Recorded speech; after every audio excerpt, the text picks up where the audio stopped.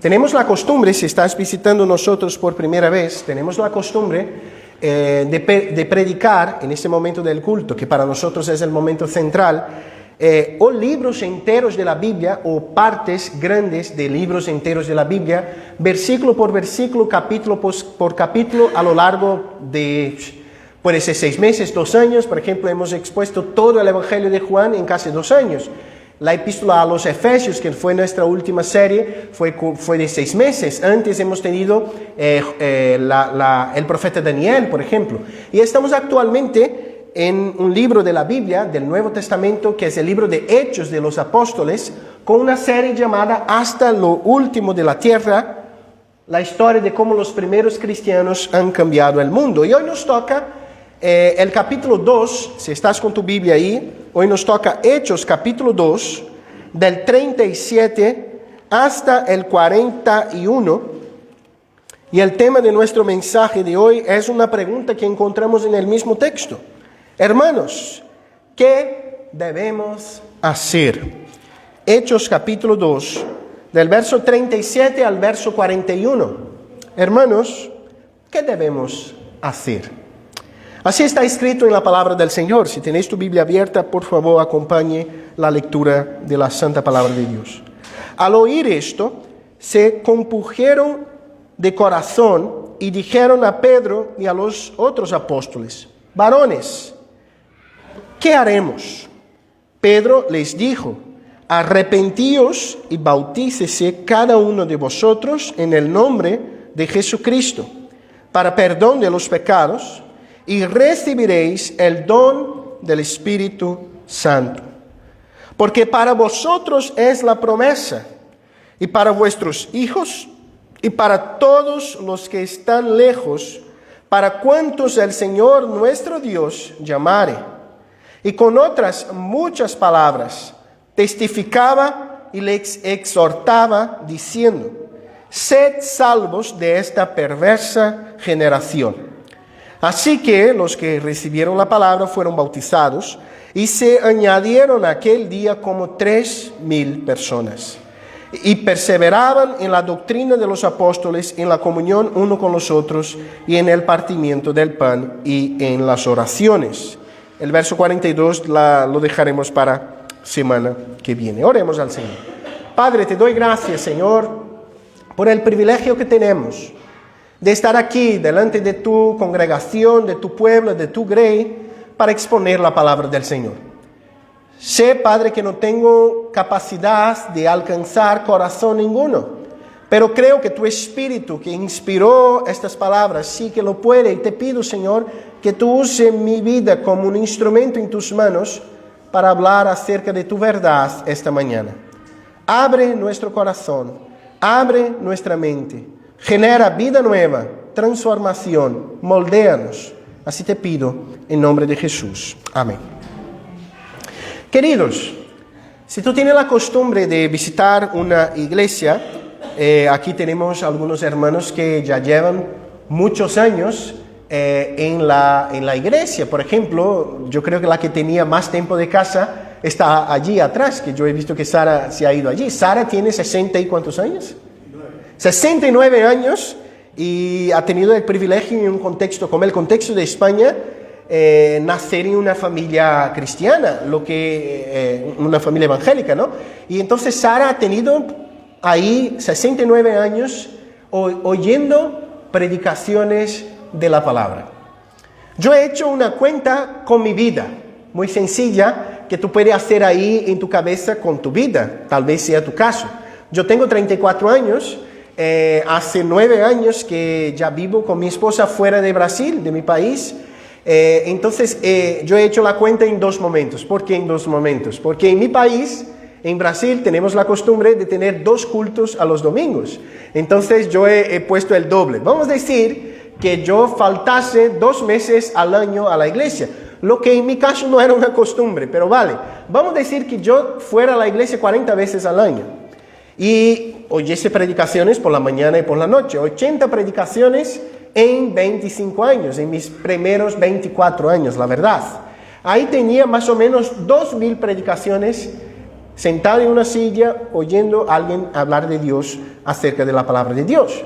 Después que salí de Brasil, en los dos contextos que he servido, teníamos la costumbre de tener un culto al domingo.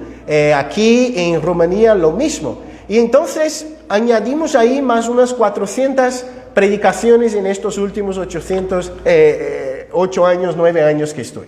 O sea, he oído la palabra de Dios 2500 veces siendo predicada o por mi propia boca o por la boca de otra persona. Y entonces me queda una pregunta. ¿Cómo he reaccionado ante la predicación de la palabra todas estas veces? Lo que vamos a hablar hoy, lo que el texto habla hoy, es sobre cómo reaccionar ante la palabra del Señor. Tal vez tú hayas oído tan solo 40, 50, 30, 10, tal vez sea la primera. Tal vez tú tengas, como Sara, mucho más que mis 2500. Pero la pregunta es, como cada uno de nosotros, individualmente, al oír una predicación sana, fiel del texto bíblico, contesta a la palabra del Señor. La pregunta es, por lo tanto, ¿cómo nosotros, como pueblo del Señor, al oír la palabra del Señor, contestamos en fe a la palabra predicada? Entonces, mis queridos hermanos, la pregunta que tengo hoy es la pregunta del texto. Hermanos, ¿qué debemos hacer? ¿Qué debemos hacer ante la palabra predicada? ¿Qué debemos hacer ante miles y miles de predicaciones que oímos domingo tras domingo? ¿Cómo reaccionamos en faz del mensaje del Evangelio? El contexto de nuestro texto es conocido de la gran mayoría de los hermanos que ya acompañan nuestra serie, o por lo menos los que estaban aquí semana pasada. Estamos exponiendo el libro de Hechos. El libro de Hechos fue escrito por Lucas, el médico amado que ha acompañado al apóstol Pablo a partir de su segundo viaje misionero. Lucas escribió 2 libros de la Biblia, el Evangelio según San Lucas y el libro de Hechos, básicamente como un solo libro en 2 volúmenes, ¿no? El primer volumen destinado a hablar de la vida de Cristo y el segundo volumen destinado a hablar acerca de la vida de los apóstoles y los primeros años de la iglesia de Cristo. Hemos visto que el capítulo 2, que es el capítulo que nos centramos ahí ya hace casi un mes, es un capítulo destinado a hablar de la promesa del Espíritu Santo que vendría a capacitar a esta iglesia naciente a predicar el Evangelio y a ser testigo de Cristo hasta el último de la tierra. El Espíritu baja sobre la congregación, estos hablan en idiomas que no eran los suyos, hablando las maravillas de Dios, y en este contexto Pedro se pone en pie y empieza a predicar el primer sermón de la historia de la iglesia, que lo tenemos ahí, el resumen del verso 14 hasta el verso 36 del capítulo 2. Este sermón puede ser dividido en 3 momentos, que fueron los 3 momentos que hemos predicado este sermón. El primer momento es un momento donde Pedro habla de una profecía de Joel y aplica esta a la bajada, a la descida del Espíritu Santo, diciendo, mira, lo que pasó hoy aquí fue lo dicho por el profeta Joel. El segundo momento es el momento donde Pedro se centra en el Evangelio y declara claramente que este Jesús, a quien vosotros han crucificado, este Jesús era de hecho el Hijo de Dios, el Salvador, que fue llevado a la cruz para nuestra salvación. Pero la última parte del sermón de Pedro, que fue semana pasada, los que estaban aquí en nuestro domingo de Pascua, habla acerca de la resurrección. Lo que tenemos ahora, del verso 37 al verso 41, es lo que pasa en el momento que Pedro para de predicar. En el momento final de la predicación de Pedro pasa algo interesante. Algunas iglesias evangélicas tienen la costumbre de cuando el predicador está acabando de predicar, hace un apelo a la congregación para que algo pase, aquellos que deciden entregar su vida a Cristo y tal. Pero lo que pasa aquí es al revés. No es Pedro quien hace el apelo, no es Pedro quien pide son los que están oyendo. Aquellas personas entonces dicen así, Pedro, ¿qué haremos nosotros en faz de tan gran salvación?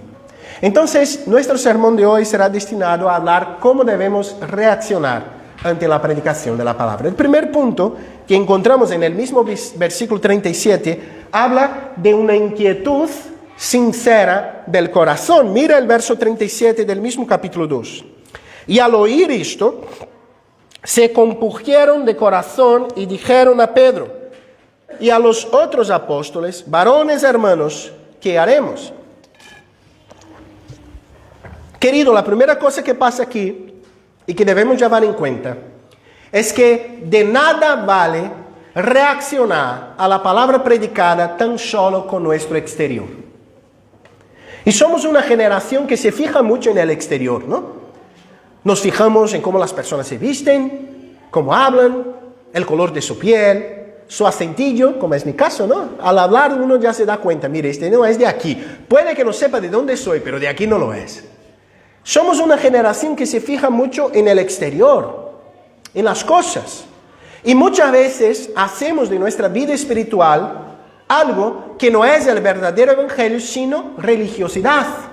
Pensamos que la vida cristiana es levantar la mano, es llorar, es de alguna manera tener emociones externas, que esto es el verdadero cristianismo, pero el texto deja claro que la manera que debemos reaccionar a la palabra predicada no empieza en el exterior, sino que en el interior.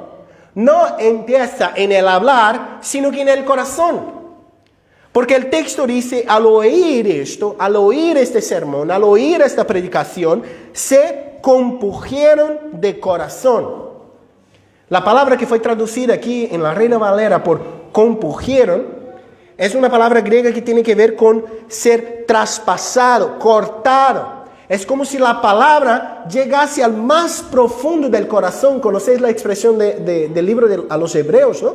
Que dice que la palabra de Dios es como una espada de doble hilo que llega donde nosotros no conseguimos llegar, que alcanza lo que nosotros no conseguimos alcanzar. Y esta palabra entonces encuentra el más profundo del corazón de aquellas personas y les lleva a reflexionar sobre sus propias vidas y llegar a la pregunta: hermanos, ¿qué debemos hacer? El hecho de que ellos pregunten esto con sinceridad de corazón es una prueba de que ellos de alguna manera comprenden que deberían cambiar de vida, que deberían de alguna manera contestar a esta palabra.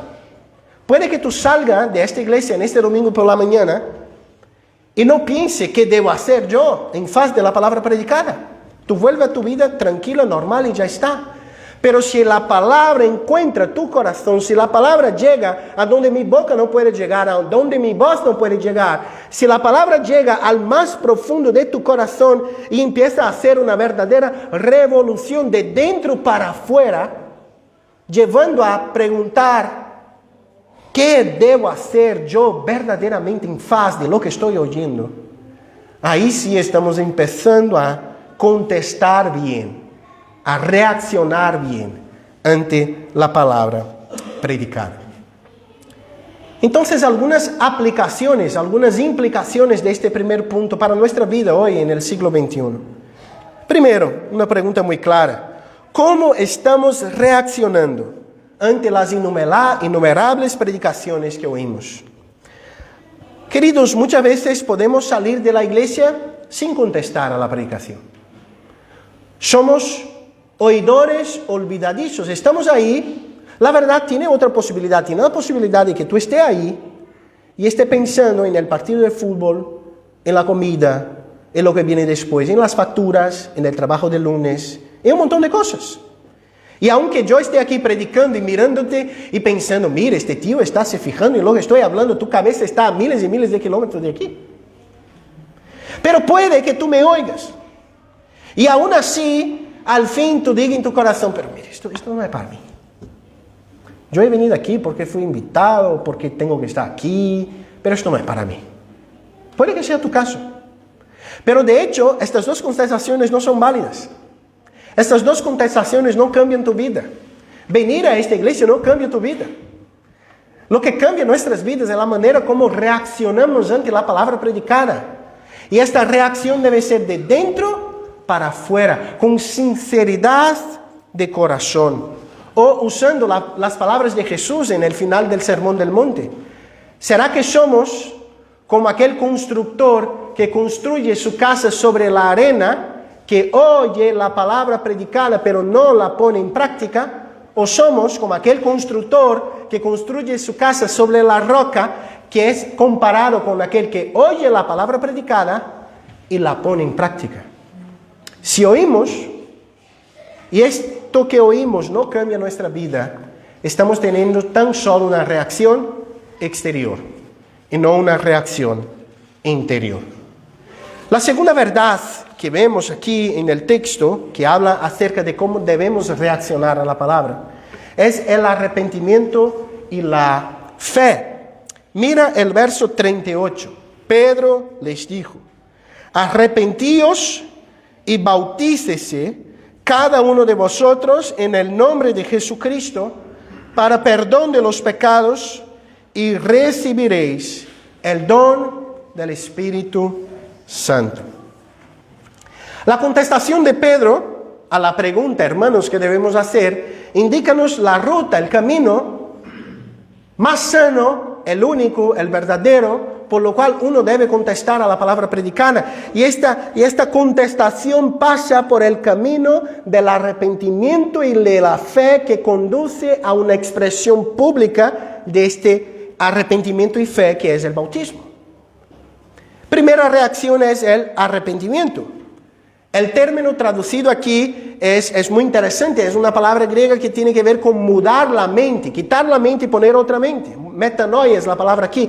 Es la idea de que yo tenía una visión de mundo y hoy paso a tener otra visión de mundo. Lo que me atraía no me atrae más. Donde yo ponía mi corazón, yo no pongo más. Lo que llamaba mi atención no llama más, porque yo tengo una nueva manera de mirar el mundo y el mismo pecado. Querido, no hay vida cristiana sin arrepentimiento genuino. Mira, si tú piensas que eres cristiano, pero ser cristiano no cambia una coma de tu vida, tú no eres cristiano y punto. No lo eres. Porque el cristianismo verdadero transforma vidas. Si tú eres un cristiano, pero tú no eres un esposo mejor, si tú eres cristiano, pero tú no eres una esposa mejor, si tú eres cristiano, pero tú no eres un hijo mejor, un empleado mejor, querido, tú no has entendido la verdad del Evangelio, porque el Evangelio cambia todo. El Evangelio cambia todo. El Evangelio cambia de dentro para afuera. Es muy interesante. Yo puedo cambiar mi exterior muy fácilmente. Puedo vestirme de otra manera, puedo afeitarme, cambiar mi pelo, intentar al máximo cambiar mi acento, hablar de determinada manera y un montón de cosas. Pero la única persona que cambia mi corazón es Jesucristo. Yo no puedo cambiar. Yo no puedo cambiar. El arrepentimiento es necesario. El arrepentimiento genuino es fruto de la acción de Dios en el corazón del elegido. No podemos cambiar nuestro propio corazón, pero sí Dios lo puede. Pero es importante resaltar que, aunque el texto no mencione, la Escritura como un todo sí menciona, el arrepentimiento genuino está de manos dadas con otra doctrina, con otro concepto, que es el concepto de la fe salvadora. Arrepentimiento no es simplemente tener culpa. Arrepentimiento no es simplemente, me he equivocado y ya está. Arrepentimiento es un mover del Señor en el corazón que nos lleva a depositar la fe en Cristo y buscar en Él fuerzas para cambiar lo que yo no puedo cambiar por mi propia fuerza. Es una lucha constante contra lo que yo no puedo ser y a favor de lo que yo debería ser. Esto debe estar presente en nuestras vidas. Es necesario a la salvación el arrepentimiento, que es fruto de la fe salvadora. Si tú estás, todos nosotros vivimos en un país dicho cristiano, ¿no? Pero la gran pregunta es si de hecho somos cristianos. Aunque tenga mi nombre en un listado de miembros de una iglesia, lo que sea. La gran pregunta es si de hecho soy cristiano. Y solo soy cristiano, querido, si yo me arrepiento de mis pecados y confío en Jesucristo para mi salvación. Yo entiendo que no soy capaz, que mis méritos no son capaces, me voy a Cristo de manos vacías y deposito en Él toda mi salvación. Y soy por Él cambiado, por Él transformado y vivo en novedad de vida. Tú puedes que esté ahora reaccionando en tu corazón: mira, no estoy de acuerdo con lo que este hombre está diciendo. Y entonces yo menciono para ti la palabra de Jesús. Espero que Jesús te convenza. Jesús dijo que por los frutos un árbol sería conocido. Y Jesús habla de esto en el contexto de aquellos que serían sus verdaderos discípulos. Es decir, si yo me digo cristiano, pero mi árbol no produce frutos de arrepentimiento, de transformación, Lucas, Dios te bendiga, yo no soy verdaderamente cristiano. Debemos tener frutos que evidencian la vida transformada. Y el segundo aspecto aquí es el bautismo. Aquí debo ir con más tranquilidad para evitar algunos equívocos. Y os pido paciencia para que yo explique todo lo que voy a explicar, sin que vosotros vayan a tener previos consentimientos de lo que voy a decir, ¿vale? Primero, debemos tener el cuidado de pensar que el bautismo es necesario para la salvación, lo que la Biblia no enseña, ¿vale? Lo que el texto está haciendo es el arrepentimiento genuino, que es fruto de la fe salvadora, conduce uno a expresarse públicamente por medio del bautismo. El bautismo es la consecuencia de esta vinculación con el cuerpo de Cristo externamente. Voy a intentar explicar de una manera más sencilla. Primero, el bautismo nos salva. El bautismo no es necesario para la salvación, pero el bautismo es un orden dado por Cristo y es un deber de todo cristiano. Es natural de todos aquellos que confesan a Jesús como Señor y Salvador de sus vidas, y sus hijos, como voy a intentar explicar un poquito más después, publiquen su fe en Cristo por medio del bautismo. ¿Pero qué es el bautismo? El bautismo, bautizar significa básicamente lavar, ¿vale? El verbo baptizo, el verbo griego, aunque se intenten imponer que es necesariamente inmergir o sumergir, básicamente significa lavar.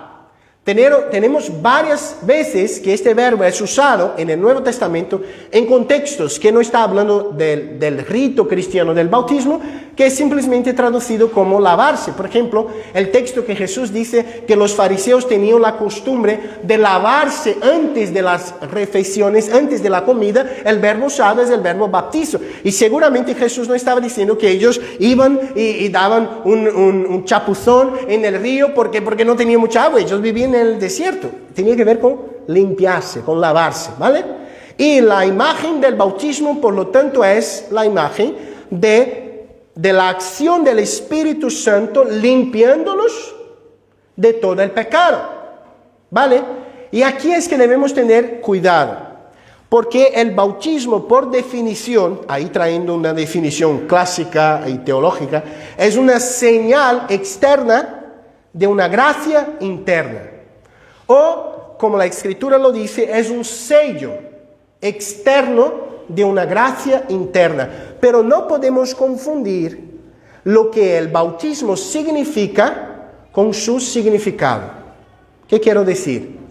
Solo serán salvos aquellos que fueron bautizados en el sentido de ser limpiados por el Espíritu Santo, lo que el bautismo significa.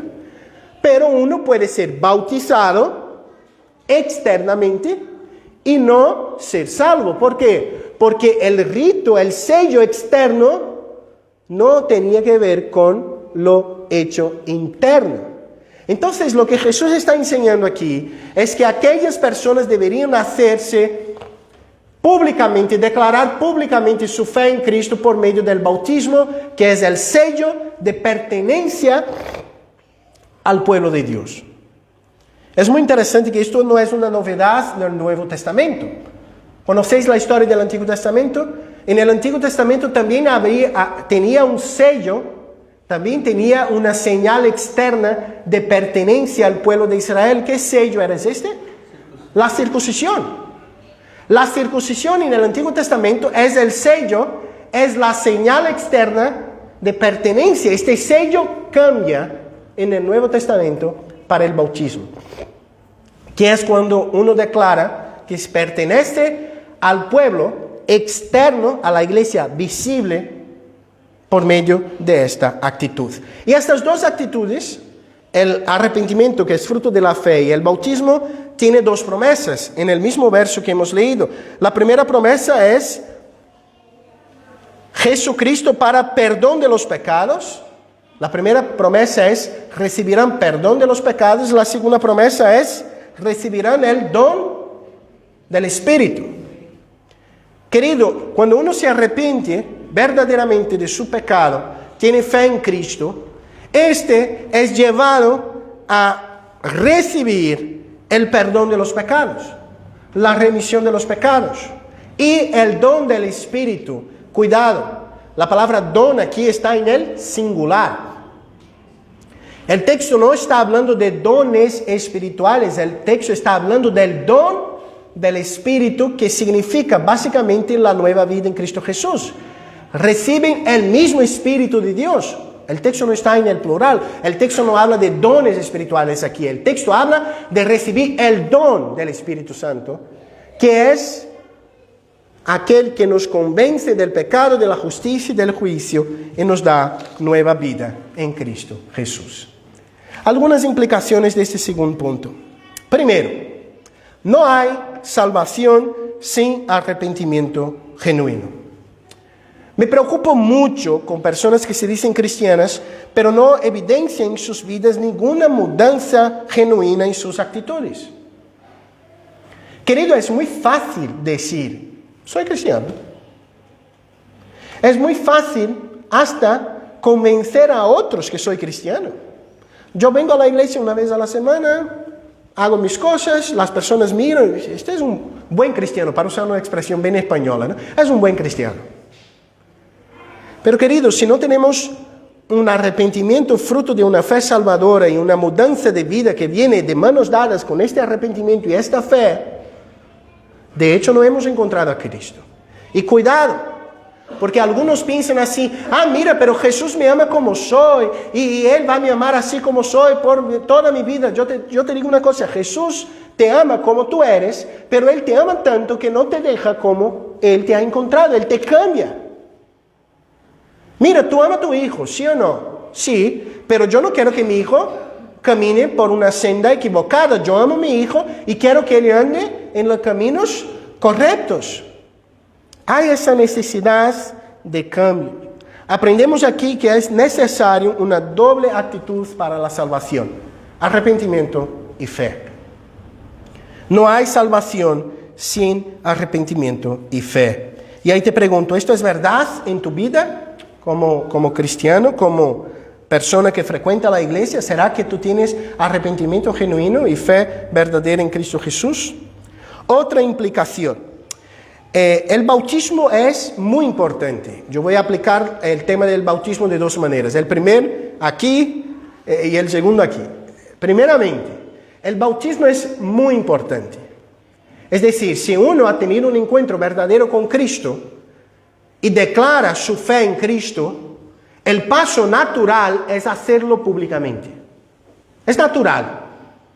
Si yo confío en Cristo como Señor y Salvador de mi vida, yo quiero hacer este compromiso público, ¿no? Es la misma cosa que pasa muchas veces con el matrimonio. Tenemos ahí parejas que viven toda su vida como pareja de hecho, ¿no? Pero el matrimonio es un compromiso público. El matrimonio es decir a todos, yo tengo un compromiso. Y muchas veces las personas quieren vivir en la iglesia años y años y años y años. De hecho, yo creo que han nacido de nuevo, han tenido un encuentro con Cristo, pero no tienen esta fuerza de dar este paso. Y yo te digo, es muy importante, es un orden de Cristo y no hacerlo es pecado. ¿Vale? Esa es la primera aplicación. Pero tiene la otra. La otra es que el bautismo nos salva. Y ya sabemos de esto muchas veces pensando en el catolicismo romano, pero debemos traer un poquito para nuestros círculos evangélicos también, porque hay una confusión también en este tema en nuestros círculos. Primero, el bautismo en la Iglesia Católica es un bautismo necesario para la salvación. La enseñanza católica romana es que por medio del bautismo, sea de adulto o del infante, el pecado original es quitado de este corazón y le ha dado una gracia que en la teología católica se llama gracia preveniente, que viene antes, y esta gracia preveniente hace con que esta persona ahora pueda, por medio del desarrollo de sacramentos, que en la doctrina católica son 7, pueda obtener la salvación. Si uno no es bautizado, en el concepto católico romano, uno es pagano, en buen cristiano, ¿no? Solo para que tengas idea, hace 4 o 5 meses hicimos el oficio fúnebre de nuestra hermana Benita, allí en Santa María, ¿no? Y Benita tenía 94 años, iba a cumplir 94 2 días después que ha fallecido. Pero si Benita tuviera morrido hace 50 años, Benita no iba a poder ser enterrada en un cementerio. ¿Por qué? Porque ella era pagana. En la énfasis del catolicismo romano, ¿entiende lo que estoy diciendo?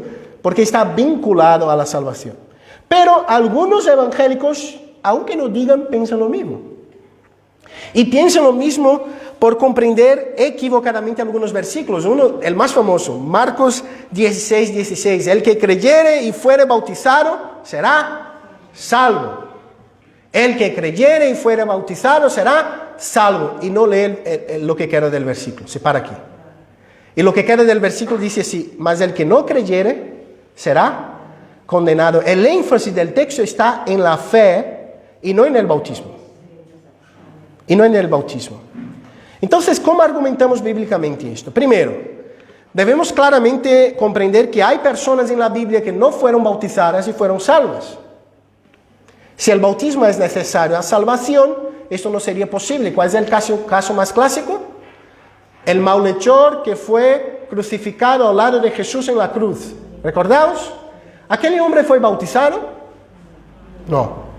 Pero Jesús le miró y le dijo que hoy mismo estarás conmigo en el paraíso. Jesús no dice así: baja de la cruz, bautízate, vuelve y hoy mismo estarás conmigo en el paraíso.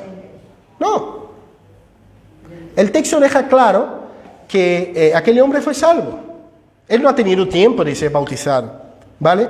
Segundo, el bautismo en aguas no salva, sino que el bautismo con el Espíritu, que es en este sentido de regeneración, nueva vida, sí que salva. Entonces debemos tener cuidado porque algunas veces el texto bíblico está hablando con lenguaje del sello externo, pero hablando de lo que significa este sello externo. O sea, algunas veces en Hechos mismos vamos a ver una idea de que el bautismo salva, pero el texto no está hablando del rito externo, sino de lo que se hace internamente. Aquí en este rito externo apunta.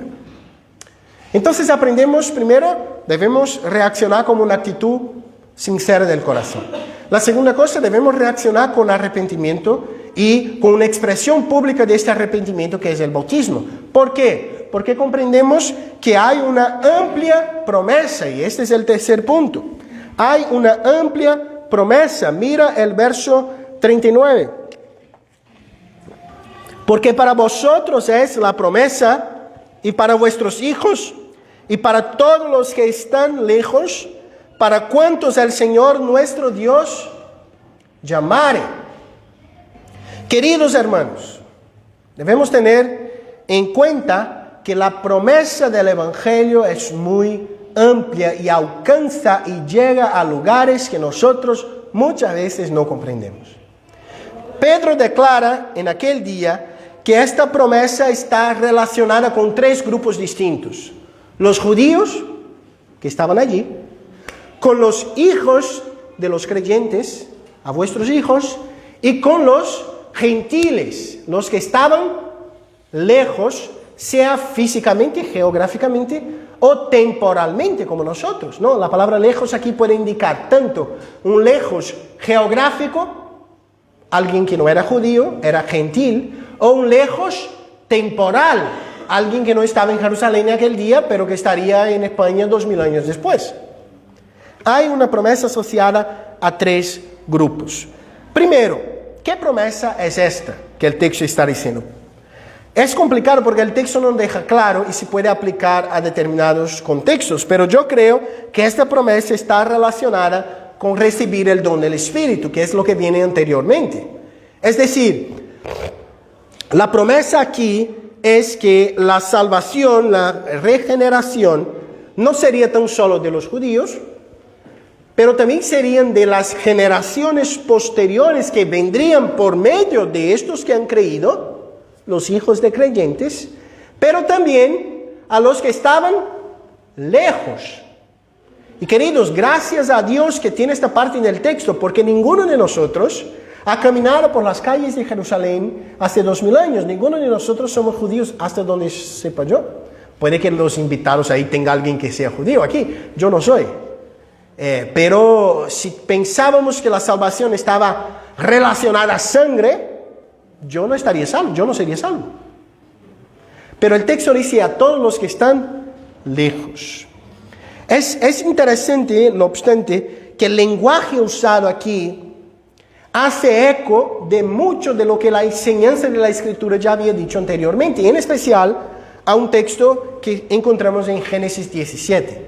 Génesis 17 es el texto donde Dios llama a Abraham una vez más y declara a Abraham las promesas del pacto, que en él serían bendecidas todas las familias de la tierra. Habla de su descendencia y habla del sello del pacto en el Antiguo Testamento, que era la circuncisión. Es cuando Dios instituye el sello del pacto en el Antiguo Testamento, que era la circuncisión, diciendo así: mira, este sello también debe ser aplicado a vuestros hijos, no solo a un prosélito, un adulto que llegaba a tener la fe en el Dios de Israel, era circuncidado. No sé si sabías de esto, ¿vale? Pero en el Antiguo Testamento, si uno no era judío y creía en el Dios de Israel y quería hacerse prosélito, es una palabra que hoy en día tiene un peso muy negativo, no hacer proselitismo, pero un prosélito era alguien que, no siendo judío, creía en el Dios de Israel. Esta persona era circuncidada, los varones eran circuncidados, además de los hijos de los creyentes de todo Israel. Todo hijo varón era circuncidado como una señal de pertenencia. Y es por esto que nosotros creemos, y ahora pido bastante atención, tranquilidad y corazón abierto a la palabra del Señor. Es por esto que nosotros, como presbiterianos, como reformados, relacionamos la circuncisión con el bautismo. Nosotros creemos que el bautismo es la sustitución de la circuncisión. Y creemos que esta promesa es también para nuestros hijos. El texto dice: para vosotros es la promesa y para vuestros hijos. Luego, no como un católico romano, no como piensa la Iglesia Católica Romana, como vamos a decirlo un poquitín más adelante, pero nosotros creemos con un montón de ramas evangélicas y protestantes a lo largo de la historia han creído que el sello debe ser también aplicado a nuestros hijos, no a cualquier niño, pero a los hijos de los creyentes, ¿vale? Y voy a intentar explicar un poquito después en la implicación el por qué, pero básicamente es y tiene que ver con el hecho de la sustitución de la circuncisión por el bautismo. Vale, entonces ya explicando un poquito el tema, ya he dicho algo un poco antes, pero la Iglesia Católica Romana, al bautizar a un niño, un infante, ¿qué está haciendo?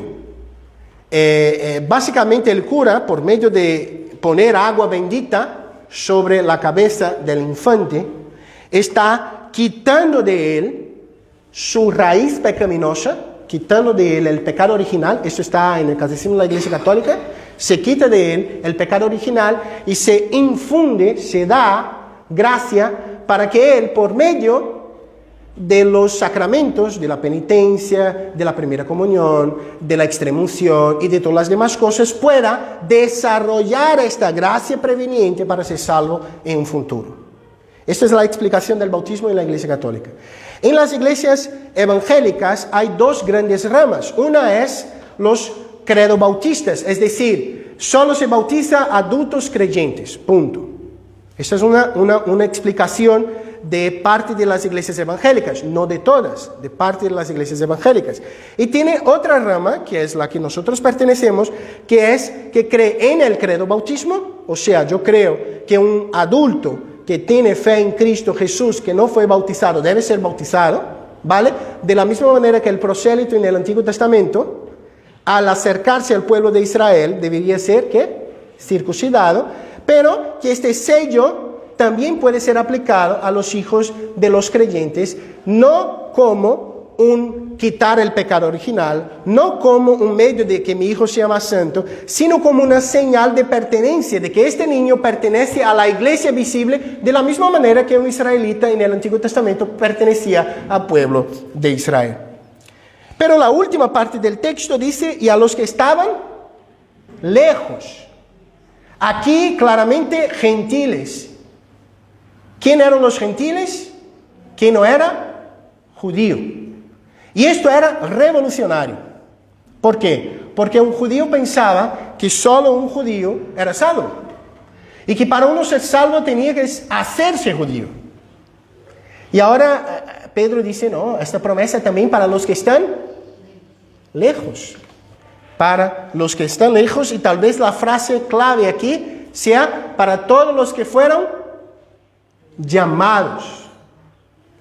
Aquellos que Dios llama eficazmente por medio de la predicación del Evangelio, no hacen parte tan solo del cuerpo visible, sino que también del cuerpo invisible, que es la iglesia verdadera. Yo puedo ser miembro de la iglesia visible y no ser miembro de la iglesia invisible. Es decir, yo puedo ser miembro de una iglesia y no ser miembro de la iglesia de Cristo. ¿Por qué? Porque lo que hice exteriormente no hace eco de lo que soy internamente. Y debemos tener cuidado con esto. Implicaciones de este tercer punto. Y ya estamos ahí caminando para el último punto, que será mucho más breve. Queridos, y ahora os hablo con mucha sinceridad, y tenemos aquí muchos hermanos que nos visitan, no tenía la mínima idea de que van a tenerlos aquí, pero os digo con mucha sinceridad y mucha tranquilidad en mi corazón. Yo me quedo entristecido muchas veces, y esto ya ha pasado algunas veces en Don Benito, con una visión de rechazo a nuestra línea de fe, simplemente por falta de conocimiento histórico y teológico, y poner todas... esto es cosa de católico. Y ahí lo que me llama la atención es así. Cuando llega octubre, hablamos de Reforma Protestante, ¿no? Y hablamos de Lutero, hablamos de Calvino, hablamos de Zwinglio, hablamos de Bucero, hablamos que Lutero era un hombre de Dios. Y todos estos bautizaban niños. O sea, uno puede no creer, como yo creo. Uno puede hasta intentar defender bíblicamente otro punto de vista. Esto es completamente válido. Pero uno no puede rechazarnos sin que sepa por qué creemos, cómo creemos, y no comparándonos con algo que no creemos. ¿Entienden lo que estoy diciendo? Y yo creo que el bautismo y la forma del bautismo no es una razón para que nos peleemos eternamente. Tenemos miembros de nuestra iglesia, que son miembros de nuestra iglesia. Todos los miembros de nuestra iglesia, antes de ser miembros, hacen un curso donde explicamos las doctrinas de nuestra iglesia. Todos ellos, porque soy yo que doy el curso, tengo certeza, todos ellos han oído esto, y todos ellos han oído, querido, tú puedes no creer en este punto, pero que tú sepas que tu iglesia cree y que en un momento se va a predicar. Y yo os he dicho claramente así, mira, yo no soy aquel pastor que se queda hablando de esto todo el tiempo, no lo soy. ¿Por qué estoy hablando de esto hoy? Porque el texto está hablando de esto hoy. Si el texto no habla de esto hoy, no hablo yo. Porque quien debe hablar es el texto. ¿Vale? Y podemos tener dudas, pero lo que no podemos es tener una condenación previa y ponernos como peor enemigo de la cruz de Cristo por creer de esta manera. ¿Vale? Cuidado, porque, y yo os digo con sinceridad, somos muy serios en lo que predicamos y creemos. Y aunque uno pueda creer de la misma manera que yo, vale, Intentaré explicarlo de acuerdo con lo que creo e interpreto de la Escritura. Y respeto las diferencias, ¿vale? Respetamos las diferencias, pero también pido siempre que respeten a nosotros también nuestra manera de mirar la Escritura, sabiendo que no soy, el pastor Gabriel no es un tío loco que está en Don Benito perdido con la cabeza en el aire, sino que él hace parte de una tradición de más de 5 siglos que dice la misma cosa. Y hombres que nosotros tenemos como ejemplos. Lutero, Calvino, Zwingli, Bucero, Jonathan Edwards, George Whitefield, grandes avivalistas, todos estos tenían la misma idea que tengo yo y que estoy hablando hoy en día. ¿Vale? Por último, queridos, la última manera es el resultado. Un resultado glorioso. Mira el verso 40 y el verso 41. Y con otras muchas palabras testificaba y les exhortaba, diciendo, sed salvos de esta perversa generación.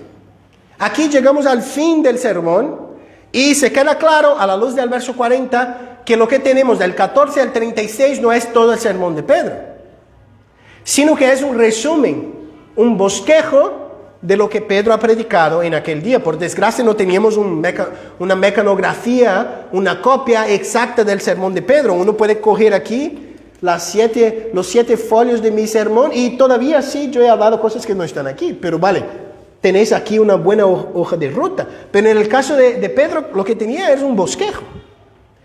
Él ha dicho muchas más cosas, pero que tenía el mismo punto clave, la misma exhortación, que es sed salvo de esta generación perversa.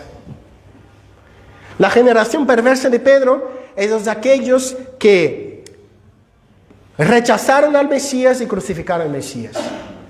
Nuestra generación perversa es otra, pero la exhortación es la misma. Sed salvos de esta generación perversa. Y aquí tenemos el resultado. Mira el verso 41.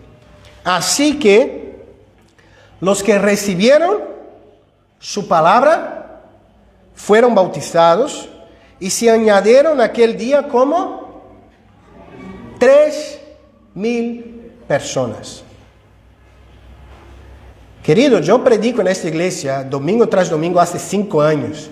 Y cuando tengo uno que contesta con fe al Evangelio, yo me quedo muy contento. Imaginaos 3,000. Y lo que me llama la atención es que Dios usa un hombre común. Dios usa un pescador. Dios no usó un doctor. Dios no usó un hombre de letras. Lo usaría después Pablo. Es interesante. Los 2 pilares de la iglesia, de los apóstoles, Pedro y Pablo, muy distintos. Pedro, pescador, humilde, sencillo. Pedro, doctor, letrado, estudiado. Pablo. Y los 2 usados, pero el mismo Dios. Pero quien predica este sermón es Pedro. El Pedro pescador. El Pedro que negó a Cristo. El Pedro que traicionó a Cristo. El Pedro que avergonzó a Cristo, pero que fue encontrado por Cristo, restaurado por Cristo, transformado por Cristo. Y se pone delante de 3,000 personas y predica el Evangelio y Dios hace algo asombroso. 3,000 personas. La iglesia salta de 120 para más de 3,000 en un solo día. Y lo hace por medio de la predicación de la palabra. De la predicación de la palabra. Al punto que 3,000 personas fueron bautizadas en aquel día, en aquel momento, posiblemente en el mismo patio de los gentiles en el templo de Jerusalén, en aquella mañana o tarde, no sabemos, mañana, Pedro está predicando por la mañana, en aquella mañana del día de Pentecostés. ¿Qué aprendemos nosotros con esto? Que no podemos abandonar la sencillez de la predicación por pensar que otras cosas deben ser mejores para la iglesia, porque no hay nada mejor para la iglesia que la santa predicación de la palabra de Dios. Y aquí entramos en las últimas aplicaciones. Nosotros debemos creer que Dios sigue usando la predicación de la palabra y el poder del Espíritu como medio de salvación y transformación. Es muy interesante, en aquel momento no fueron los dones que convencieron 3.000 personas. Fue la palabra predicada que convenció 3.000 personas. Pedro ha tenido que explicar, articular, hablar, predicar, proclamar la palabra de Dios. Debemos volver al método de Dios y no buscar hacer las cosas a nuestra manera. Queridos, no podemos abandonar la predicación en busca de maneras más guays de hacer su obra. Muchos están transformando los cultos en sus iglesias en verdaderos espectáculos. Hay muchas luces, mucha música, mucha danza, muchas charlas motivacionales, pero muy poca predicación. Muy poca predicación. No hay simplemente una persona que abre su Biblia y explica el texto. Y esto no es algo complejo. Eso es lo que pienso yo. Claro, tengo que estudiar, tengo que trabajar, tengo que currar, como se dice, ¿no? Para hacerlo. Es mi trabajo, es mi servicio, es mi labor como pastor. Pero muchas veces veo que hermanos, hasta sinceros en sus corazones, buscan entretener la iglesia con cosas que no tienen sentido. La iglesia va a crecer porque yo voy a hacer ahora un congreso de no sé qué, una danza apostólica profética de no sé qué, y voy a hacer tal cosa. Queridos, ¿esto puede traer gente a la iglesia? Sí, pero esto no es crecimiento. ¿Sabe por qué? Porque lo que hace la iglesia crecer es la palabra predicada por el poder del Espíritu Santo de Dios, que transforma el hombre pecador en un siervo arrepentido. Por esto que en nuestra iglesia tenemos y celamos por este momento. Porque yo creo que es la palabra predicada quien cambia vidas. Es la palabra expuesta que cambia vidas. No soy yo. No es Andrés. No son las alabanzas. Es la palabra. Y todo lo que hacemos debe ser hecho por medio de la palabra. A mí me gusta, cuando hablo de liturgia, de culto, de la idea así. Nosotros oramos, leemos la palabra en un culto. Lo que debemos hacer: leer la palabra, orar la palabra, cantar la palabra y predicar la palabra. ¿Leemos la palabra, sí o no? Sí, en nuestro culto tenemos 3 momentos. Una llamada a la adoración, un momento de confesión y vamos a tener un rato, un momento de acción de gracias para concluir. Lecturas de la palabra. ¿Oramos? Sí. Y debemos orar según la palabra. No orar según nuestros gustos. No orar según nuestras ideas, sino que orar la palabra. ¿Cantamos? Sí. Pero debemos tener cuidado con lo que cantamos. Porque lo que canta doctrina y tiene muchas músicas en el seno de la iglesia evangélica que hablan mentiras. Debemos cantar la palabra.